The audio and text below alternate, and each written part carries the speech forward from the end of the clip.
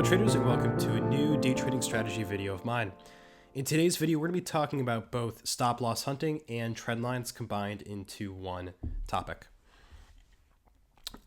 So to start off with today's video, with the price prediction challenge, we actually had a very accurate prediction this week.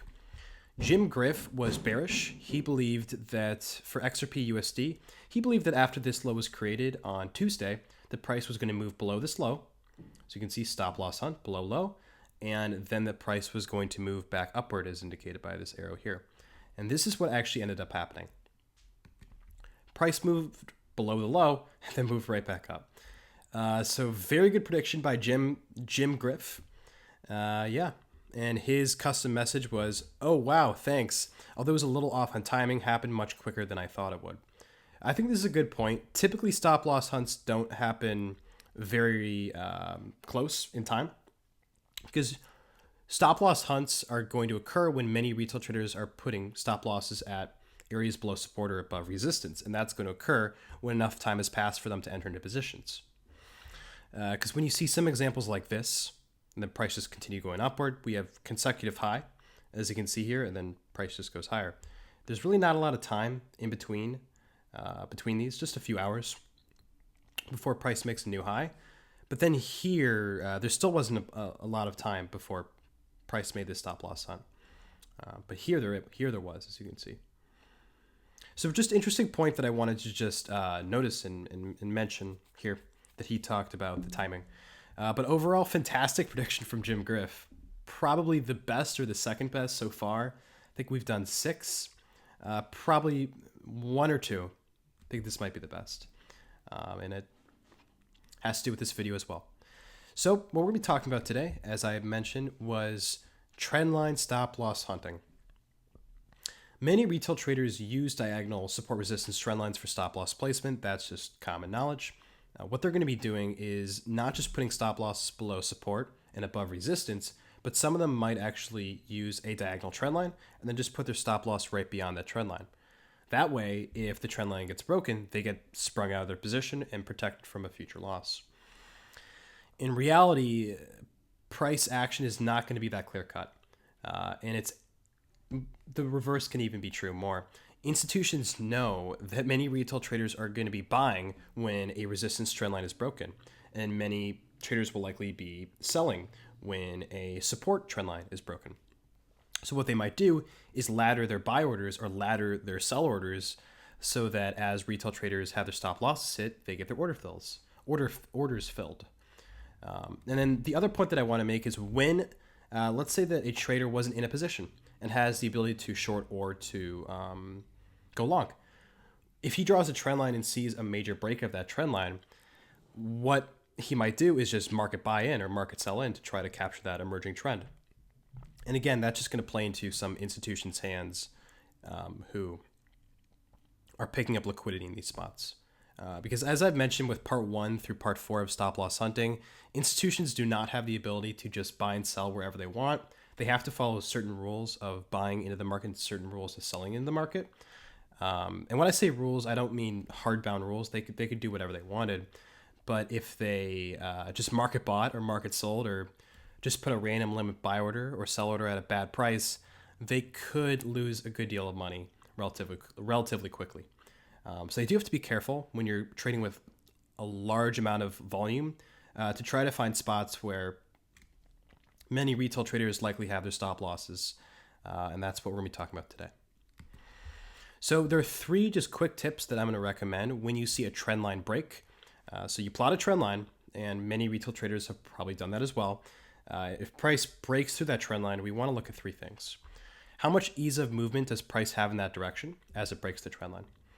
So here, imagine that we have a very, very weak break of the trend line where we get a low, but then price goes immediately back upward. Then maybe we go a little bit lower, but then we still get a move right back upward. That is what's going to look like a stop loss hunt. And then price is going to move upward. A very high ease of movement to the downside would look like this. Imagine that price breaks through this support trend line with a bearish engulfing candle and just continues to move lower. That's not likely a stop loss hunt. If it was a stop loss hunt, then institutions would have been laddering up their buy orders, and that would have prevented price from going much, much lower. But if price is already going much, much lower, then they're probably not laddering up their buy orders to try to get their orders filled. They're probably not present in the trend, which could lead to price going much lower, as they might have already distributed and sold ahead of the price move. And finally, not finally, two more, but tails and follow-up. Tails. So imagine that price moves down, makes a low tail, and then springs right back up. That might be a spot where many stop losses were triggered, and then we just go upward. So we want to look for tails for showing rejection at a lower level or at a higher level if this was a resistance trend line. And follow-up. How much follow-up does the market have and does price have after price breaks the trend line?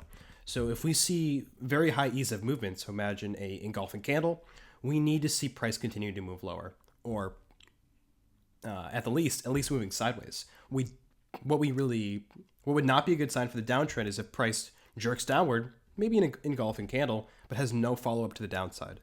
Maybe it goes a little bit lower, makes a tail, and then just goes higher. Tries to go lower, it just can't, and just keeps going higher. That's likely going to be a bullish reversal. So those are the kinds of factors that we want to come into play with when we look at these 6 examples. So here's the first example that had occurred. We see a trendline break, but we see high ease of movement to the downside on the break, as you can see, indicating a lot of market selling. But we just stop around here. There isn't enough selling to push price lower. Stop losses have clearly been triggered here, and it just looks like price is struggling to move lower. We have very little follow-up, and we have great bullish pullback, as you can see here, and then here. And then we get this. So this is just an example of what you're going to see with a stop-loss hunt of institutions who might need to do this to try to fill their orders for this emerging uptrend, as short-term or as long-term of an uptrend that this might be. So second example here, we have a resistance trend line. So this trend line is connecting 3 highs. So we would expect that if price breaks through this, that many retail traders are likely going to market buy in. So here's what happened. Price did break through it. A very major trend line, as you can see here, and an obvious trend line that someone would draw.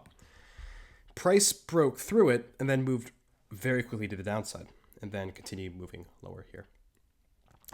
This one, I would say, might have been harder to detect because we have a great bullish candle here, but we just don't really see much follow-up for the trend here, meaning that there likely isn't enough demand to continue to press price higher. Demand really just vanished around here. And that's not surprising. That's because there are 2 kinds of actions when price breaks resistance, price breaks support, breaks a support trend line or whatever. There's actual demand, and then there's more forced demand. What I mean by forced demand is the presence of stop losses. Traders don't want to buy in. If I go short here, I don't want to buy in here. Not exactly. This is just for preventing against a future loss. Let's say if I buy in here and I put my stop loss here, I don't want to sell here. I'm forced to because I put my stop loss there. So what you want to look at when you get trendline breaks, when you get support resistance breaks, is this forced demand? Is this forced supply? As this would be more forced supply. Or is this actual demand, actual supply that's continuing to press price higher? Here, this looks like quite forced demand. We have forced demand would be a short period of rapid market buying as many traders have their stop losses hit, and traders who decided to put their buy stops, so to enter when we get a trendline break, buy in as well. They're forced to. And then you can see we just have no follow-up and price goes lower. So it's an interesting example here of looking at forced demand, supply versus actual supply and demand. So how about here? This one I think was a bit interesting of an example. First thing to note is that I did do the major highs here, and a high here, and the high here. You could make an argument for, hey, draw your high here to here to here. There are many different kinds of ways that someone would be drawing a trend line. But again, if you wanted to, what you could do is draw multiple trend lines and then identify multiple overlapping areas of stop loss clusters. So you could draw this, and then you could maybe draw one from like here to here, and then notice if there's any overlap beneath them, above them, so that if price pierces above both, it might hit many traders' stop losses. So that's just a little quick thing that you could do, because there are many ways that you could draw a trend line, of course.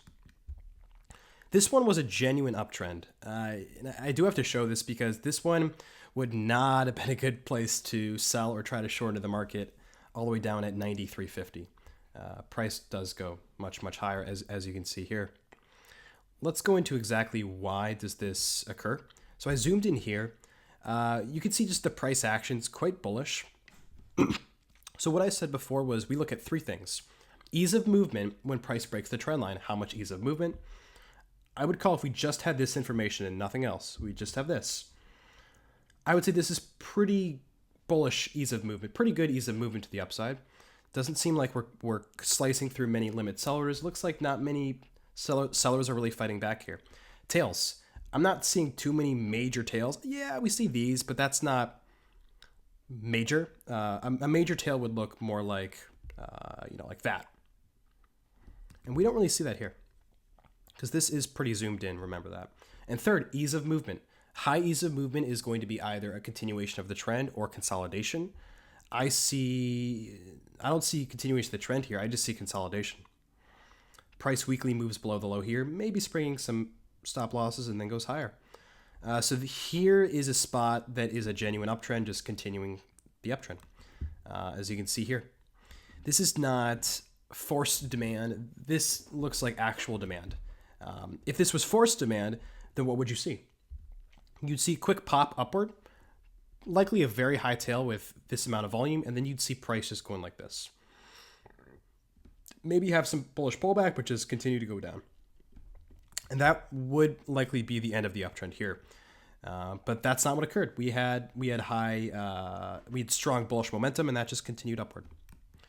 So you do have to watch out for those just few factors that occur with the few candlesticks when they do break a trend line. And when I say break a trend line, that can be subjective as well. I'm talking about a major break of the trend line, because some breaks of the trend line might not even be a break of the trend line at all. Here, for example, yeah, price might have gone a few dollars above the actual trend line length, but that doesn't really matter. What really matters is when price significantly goes above a trend line, and it becomes a little bit more obvious that traders might be trying to market buy or market sell into the emerging trend. So here we have another example. I just drew a resistance trend line on the highs here, diagonally. And here's what happened. Price, I think this is my favorite example here. Price popped right above on very high momentum up to here, and then just cascaded back down to a downtrend for Ethereum, dollar on Bitfinex. I would say that this is a very strong trend line just to start. It has 1, 2, 3, 4, 5. I'd say about 6. Let's just call it 5. 5 bounces off of the trend line as resistance. So it's quite strong, and many traders are likely using it. So when this occurs, this is going to be alarming to many retail traders who may have plotted a trend line like this.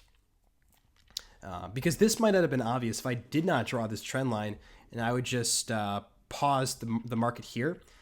Not many traders, I think, would really note that this could look like a major reversal if I just had that information.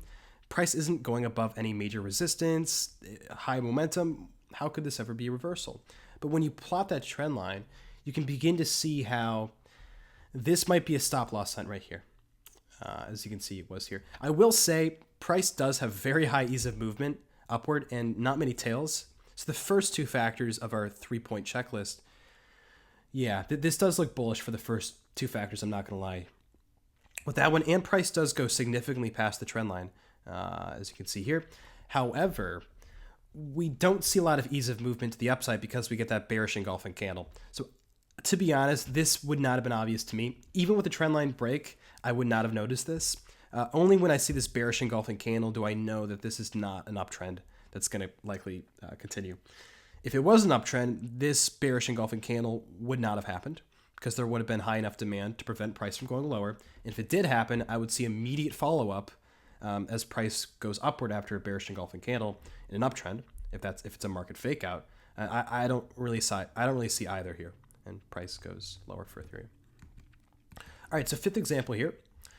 Just standard. I'm just connecting a low here and a low here and seeing what's going to happen when price crosses below this trend line. So let's see. You could have also plotted potentially something like this with the trend line here, maybe a channel. Here was, again, just quite genuine, a downtrend. I included 2 examples here that were just genuine trends and 4 examples that were stop loss hunts. So this is the second example of just a genuine uptrend, downtrend.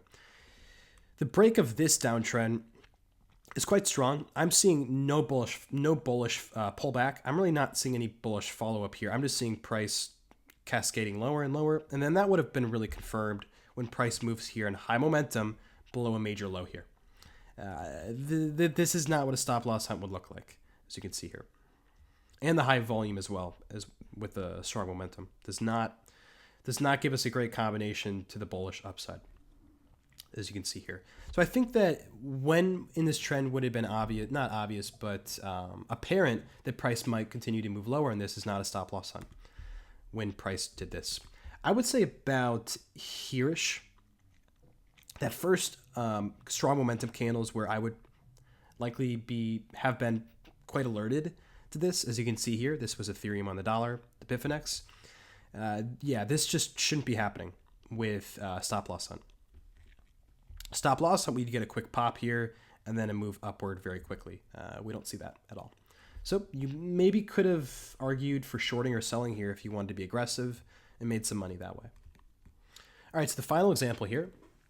I did kind of give it away because I said that there are going to be 2 examples of genuine trends and 4 examples of stop losses being hit.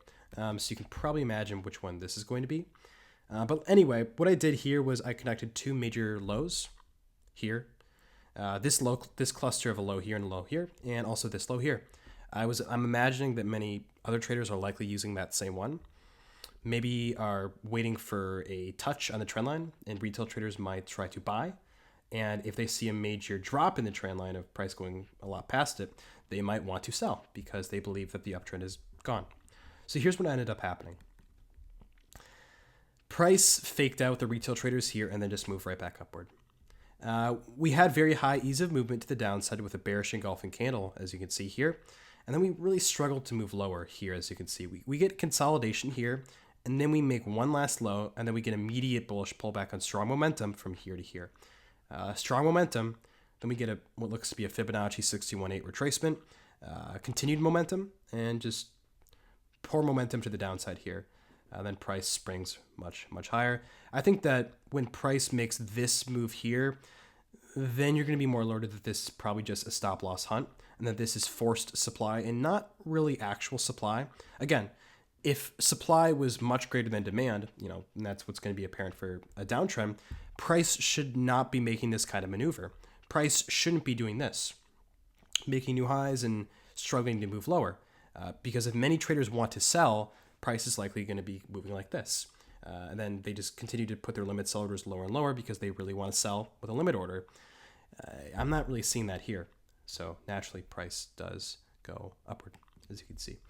So that's going to do it for just this video on stop loss hunts with looking at trend lines. A few things to remember.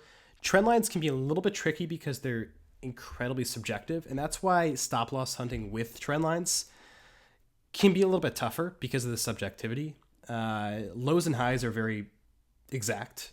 Obviously, if you just use the same chart, if you use Bitfinex, your lows and highs are going to be quite obvious. Low here, high here, major high here, and so on.